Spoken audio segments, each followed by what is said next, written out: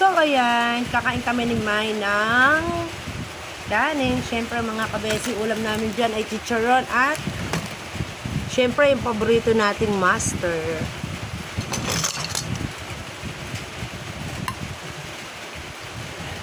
Sala natin. Wow! Yung sardinas, masarap to mga kabesi. I-try nyo to. Tapos, ang dami niyang laman. O, tingnan nyo yung laman niya is 1, 2, 3, 4.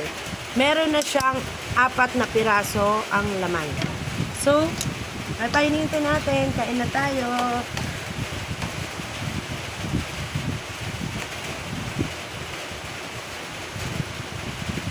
Amen. Amen. Itlog ko. So, yan, kakain na kami.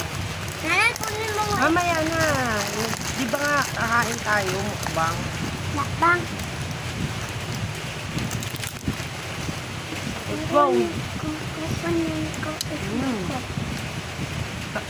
Lap yan.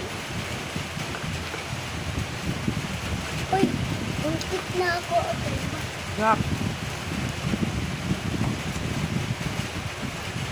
So, ayan, gusto daw ni Baby Mai ng toyo. So, kumuha kami ng toyo, mga kabesi.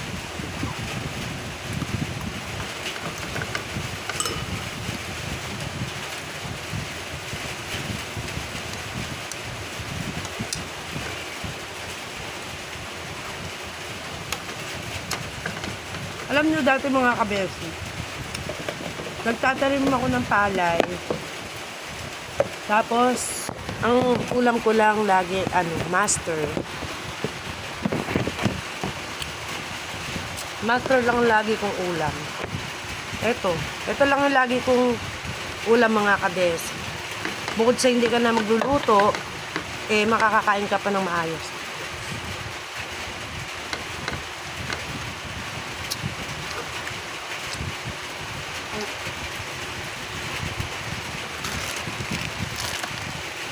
Chicharon galing Bulacan. Sa Bulacan kasi andun yung mga masasarap na chicharon.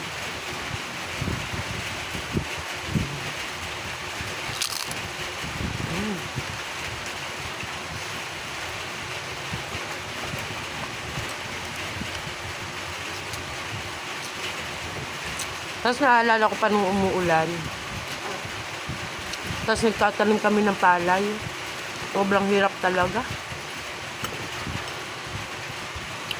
Tapos nagtatanim ka habang umuulan, nakayuko ka, ganun.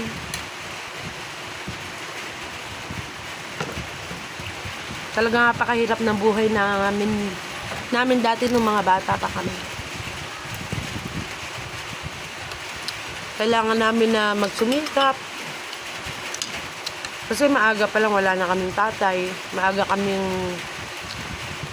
nawala ng ama. Kaya kailangan namin magsumikap para sa aming magkakapatid at sa nanay namin.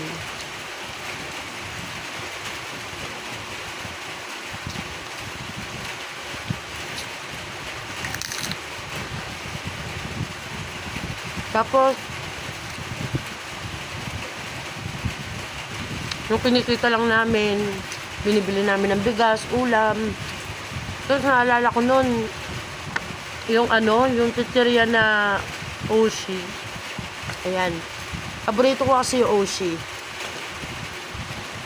Minsan yung isang piraso na yun, nagkukulubong kami magkakapatid. Pinagkakasya namin yun. Pinagkakasya namin na salo-salo kami.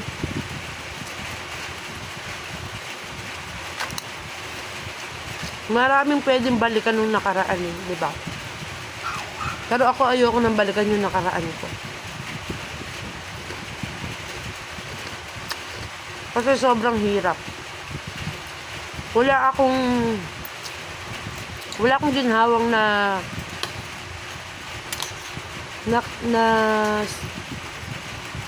parang wala akong ginhawang naranasan nung bata pa ako. Puro hirap. Tanim ng palay, dumadayo ko sa Bulacan, ganyan. Gumagapas, nagtitimbon.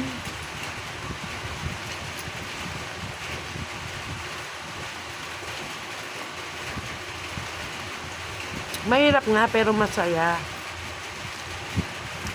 Kaya lang, ako ayoko ng balikan. Ayokong balikan nakaraan.